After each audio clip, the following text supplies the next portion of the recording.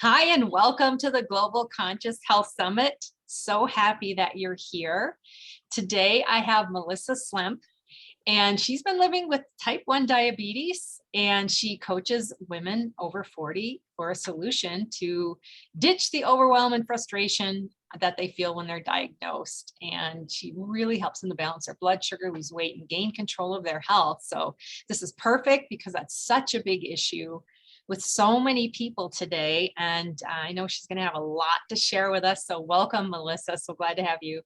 Oh, thank you, Jody. This is exciting. And, I'm here and I'm so honored to be asked to be part of this summit. This is my favorite thing to do, favorite thing to talk about, because it's something I live. So yeah, anytime I can get in front of other women and share, Yeah. I raise my hand. Great. Yeah, I appreciate it. Yeah, sure.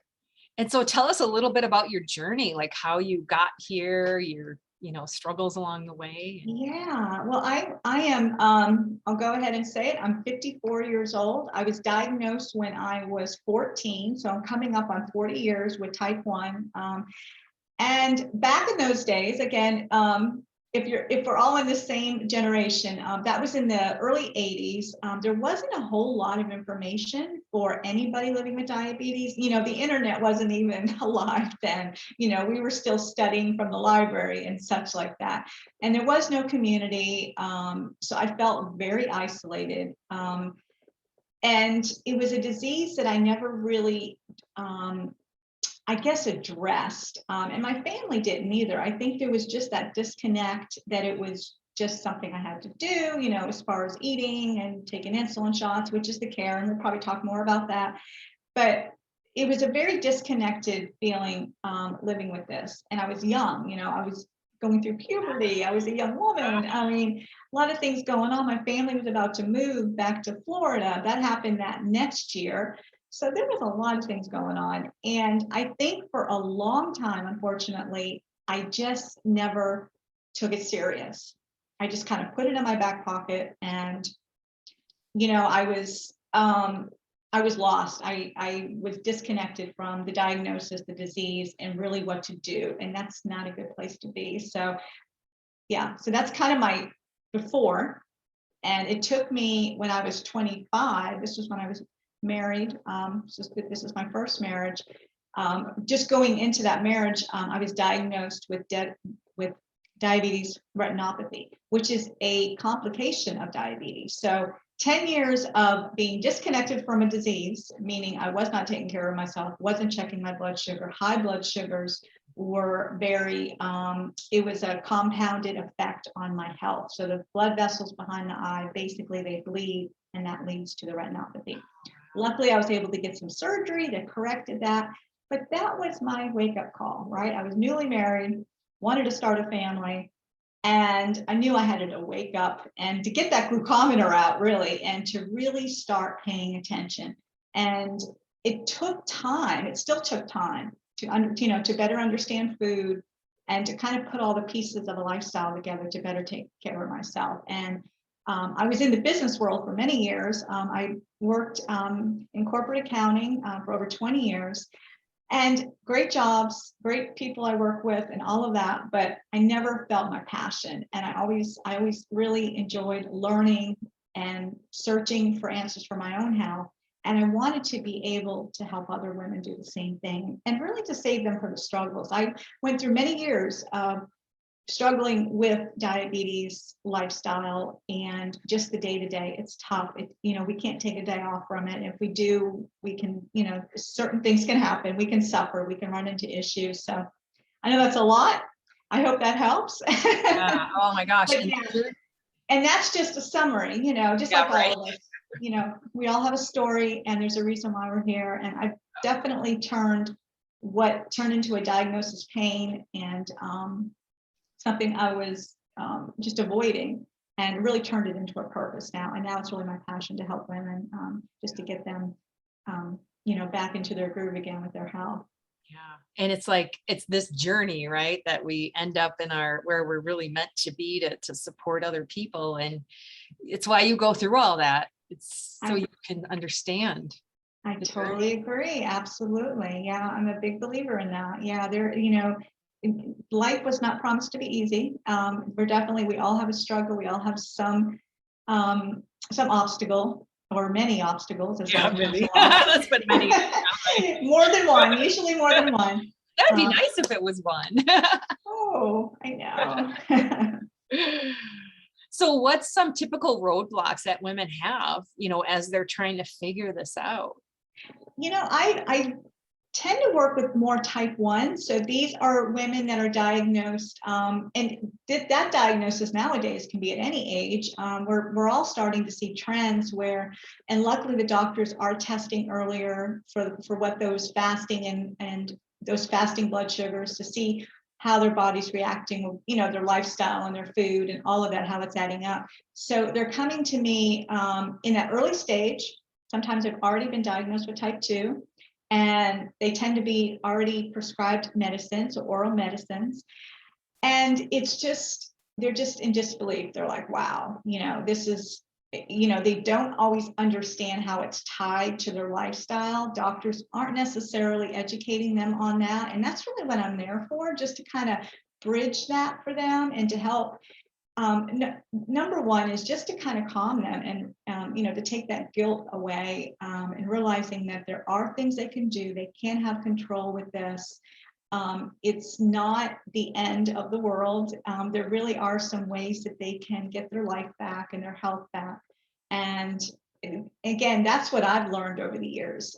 So again, that's how I can pour into women and just say, hey, wait a minute, you don't have to spend the 20 years I struggled. Stop, listen, and learn from what I can help you with. But I think the biggest struggle is food. It really is. That's not something we're taught in school, right? Unfortunately, home ec is no longer part of that. Yeah, it just is insane to me. Yeah. To me, there's basic life skills that we all need before graduating high school, for sure. Yes. And there's so much information out there. I think it's information overload. So how do women sift through that? How do they find the right answers for what's going to, number one, fit them? Because we're all so different. It's not a one size fits all when it comes to diabetes care, or to even reverse the disease. It's very individual. And then you look at all the stages of a woman's life. I'm in postmenopause now. So it was a little bit more tweaking I had to do around the perimenopause, menopause, when the hormones, because insulin is a hormone, just like, all of the female hormones that we have to balance. So it's a balancing act. So that's another stage of managing it.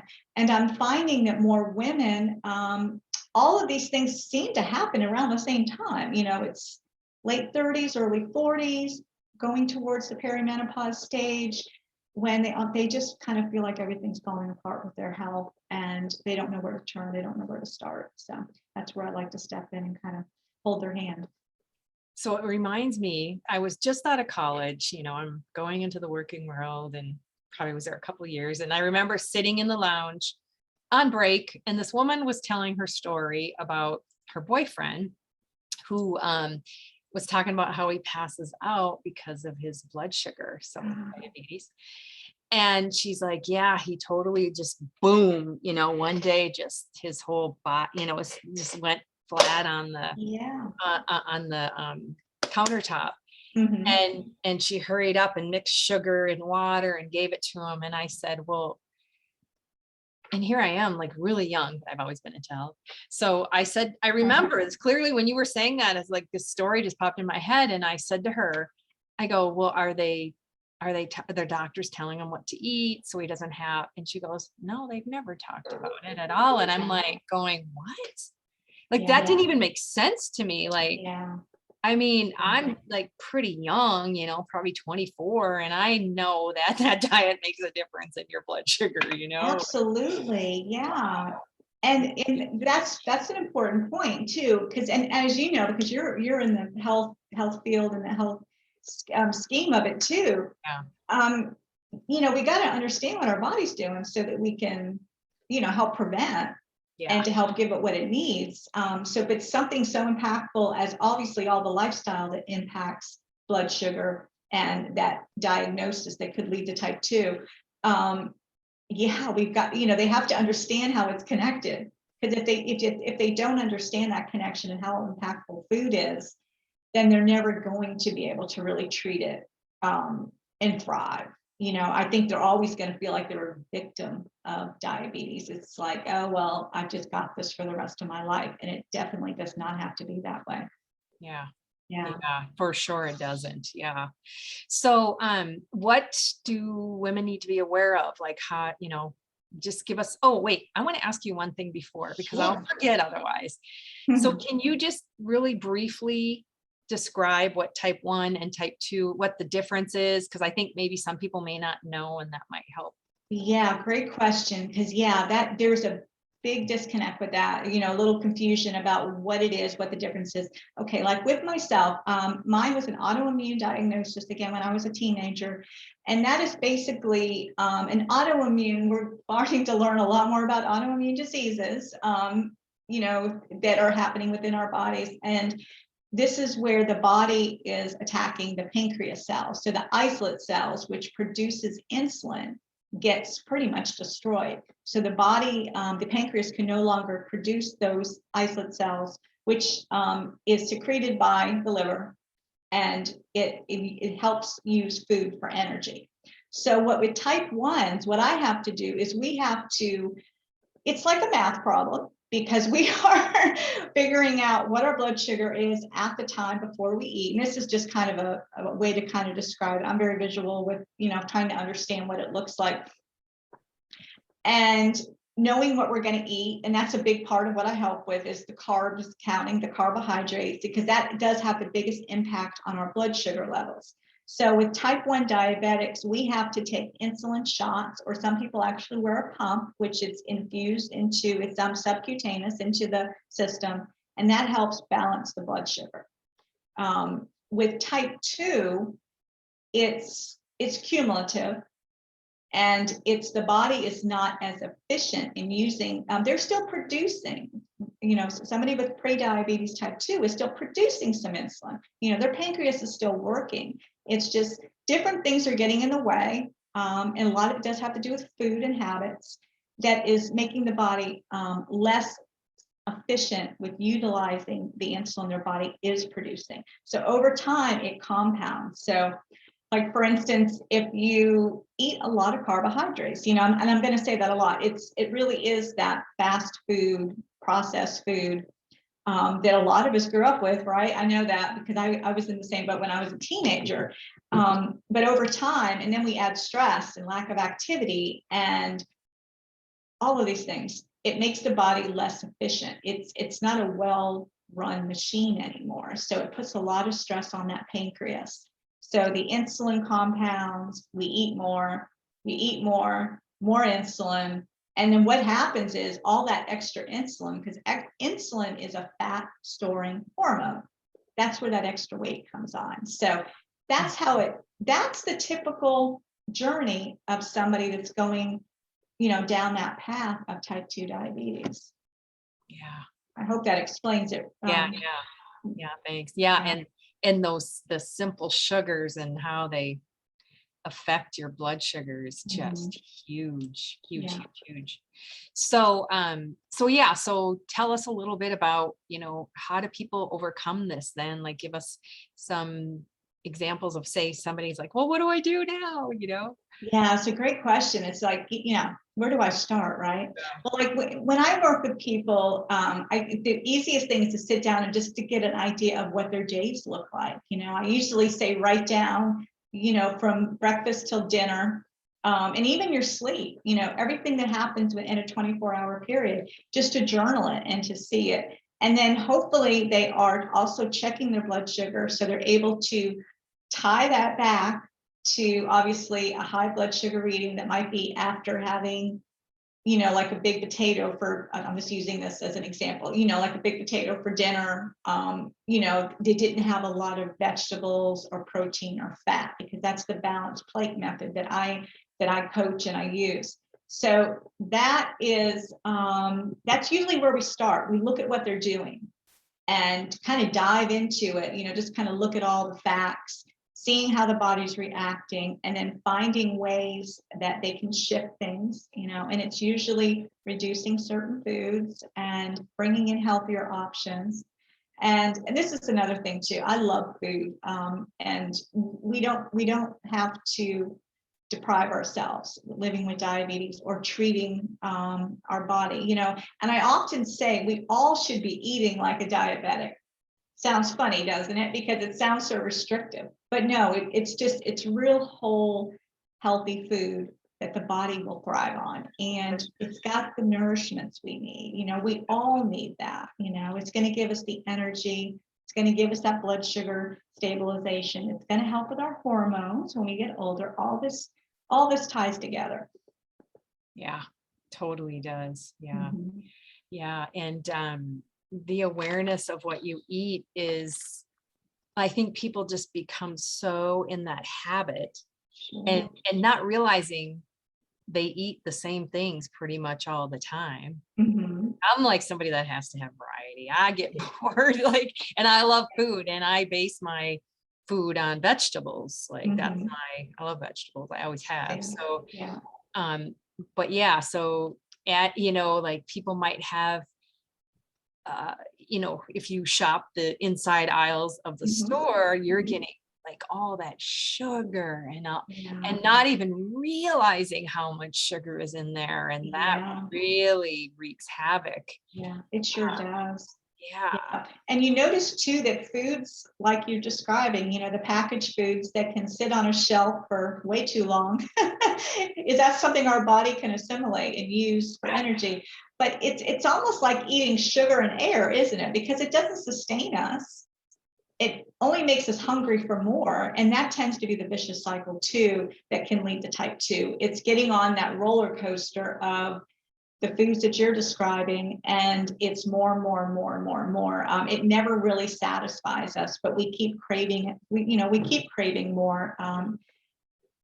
And that's a physiological thing. And I think that's what I try to do with the women I work with, is to take that guilt away and say, you got down this path. It is true, you got down this path, but it's not always their fault. It can be, it can be kind of a slippery slope.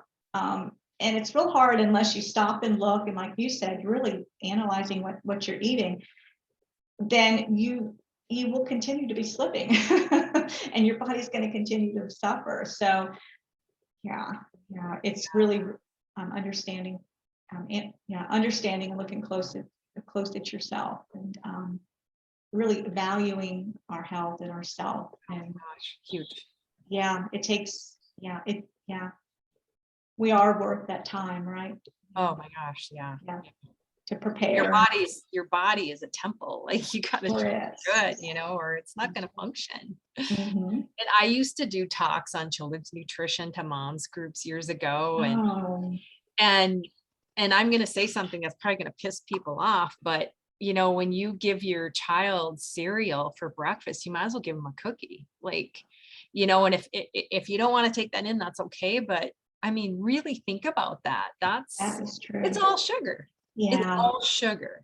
yeah, And yeah. it's It hard could for people to go, wait, no, they don't want to hear it. But that's where, Yeah. if you don't, you're going to keep doing it and then maybe develop diabetes or. Yeah, yeah. So yeah, what are your thoughts on that? Yeah, absolutely. And because things like the foods you're talking about, the cereal is a good example. And to this day, even though I can take insulin to cover cereal, I don't eat cereal. Cereal is just, it spikes. Again, you don't walk away satisfied, because again, it doesn't fill you up. There's little fat in it. So yeah, that's a good example. But another thing is just, the importance of, or I should say, blood sugar is what we're talking about, but high blood sugar and what it does to how we feel and how we function and how our relationships are, our marriages, our work relationships. When we don't feel well, and high blood sugar makes you feel terrible. And people, there's countless people probably walking around right now not understanding that they're high, they haven't really been diagnosed yet, or they're not taking care of it the way they should, and maybe their doctor's not explaining that. But it affects everything we do. So when we feel better and our blood sugar's in better balance, we have more energy, we're in a better mood, we're more functioning at work, we're a better part of society, right? We're better moms, we're better sisters and wives and all of that. So yeah, there's another motivator. right. Yeah. Who likes to feel like crap, I don't think anybody does. I don't think anybody does. And that kind of goes back to it too, because I think it compounds. It's like all this stuff, all these diagnoses, all these meds, and it's different for everybody. And I think, people, they just feel overwhelmed. They don't know where to start. They don't know how to back out of that,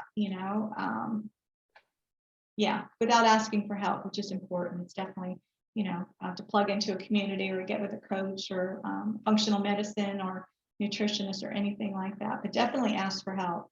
Yeah. So you have pillars, like what are the pillars that women need to be aware of to avoid this? Good question. Yeah. And this is what I've always done, at least the past 20, 25 years now that I straightened myself out, realized, I grew up too. The big thing is to really have a lot of support and love, and to have people around you that get it.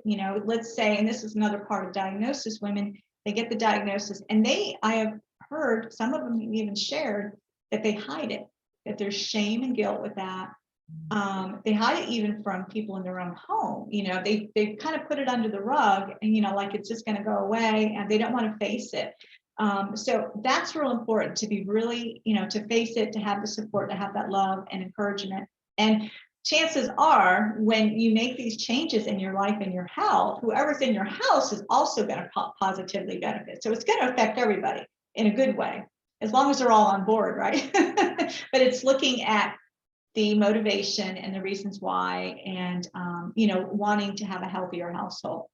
So support is one. And then these are things that everybody's aware of, but maybe they don't understand how they're all tied together to our health. But that's staying hydrated. We tend to be a very dehydrated country right now, leading to a lot of other issues, muscle aches and pains, lack of sleep, lack of energy, all those things. Just drinking water, at least half your body weight in water every day. And then you got yours. I know I've always got mine too. Always filling it up and sipping it back. And then rest, obviously. Sleep impacts our insulin sensitivity, because the less we sleep, the more resistant our insulin will get, which is something that we're not told about, but there is scientific fact to that. And again, that's part of that journaling that I mentioned. So when women take the time and write down how all these are tied together, they're realizing how tied their poor sleep is to how they're feeling, what they're craving for food the next day, the caffeine that they seem to want, all that. Again, there's that vicious cycle. So it's sleep, support, hydration, exercise, big motivator. That again makes insulin more sensitive. We want, we want lower insulin levels. So that's obviously a goal, whether you've been diagnosed or not. So we want less insulin running around through our bloodstream and creating that inflammation. So that's real important. And that is something that I time that throughout the day. So I'm walking the dog in the morning, I'm taking a bike ride in the afternoon, I might even hit the gym another 20 minutes somewhere, or do a row, or I'm just moving. So we got to stay active, and then the big thing is diet, right? So, and that can be the overwhelming part, because they don't really, it's really about just taking those steps where you're getting closer to what real food is, the vegetables, like you said, building your plate around vegetables first, the beautiful, colorful, nutritious fill that we all need, and healthy fats. Again, this is something that I bring up too, and something that shocks a lot of women, because I know as a young lady, I avoided fat like it was the plague, right? I thought fat was fat. Program. No, we need fat more now than ever. Our hormones need it, our brain function, and our blood sugar loves it. Again, healthy fats. There's a lot of good sources of that we can, and that's some of the things that I help coach, and the recipes that I create always include fat, healthy fats. So yeah, those are the pillars that really keep a strong foundation for health. to both treat diabetes, prevent diabetes, and to live a healthy life. Yeah, no matter, what's your age or your situation. Yeah. Yeah, that's great. Yeah, so that helps all those different aspects because Mhm. it's not one little thing and then boom, you're better. You know, there's it, Yeah. And it is amazing how when one of those pillars gets a little off balance, how it affects the others, right? I mean, I talked about like when we're sleep deprived, how that affects our energy and what we choose to eat. And obviously our insulin levels will be higher. So we're gaining weight. So then we're putting on weight and that affects us emotionally. Yeah, totally. it's all tied together. The body's one system, right? It all Yeah, works together. It likes to be in balance. yep, But totally. best we can to keep it in balance. Yeah. So you have a free gift for our audience. Do you want to explain what that is? Yeah, I always have some free gifts out there. Now, the one that I have right now, it's called 5 Foods That Empty Nesters Need to Navigate Diabetes. And this is a download that talks about these real foods that are low carb, healthy fats, and just easy things you can toss in your shopping cart. And they're not going to surprise you. These are things that you may or may not be eating, but definitely things that I always have on board and things I really encourage my clients to always continue to have, in the fridge or in the pantry. So yeah, so there's a sneak with that. So you'll have to subscribe to find out what those 5 are. And there's some other blood sugar balancing tips that go along with each of those foods and why they're so important and how they're tied to our hormone health as well. Yeah. So. Yeah, right. Hormones. That's a whole topic Mhm. there too, for sure. Okay, great. Well, thank you so much, Melissa. And thank you You're for welcome. your gift for people and helping people with diabetes. And yeah, so thanks for being on and sharing all your wisdom with people. Oh, you're welcome. And we appreciate what you're doing too, getting all this information out there to share with women and to bring women together, really, is what you're doing too. So it's Yeah, amazing. yeah, thank you so Appreciate much. it. Yeah. Mhm. Okay. All right. Bye for now.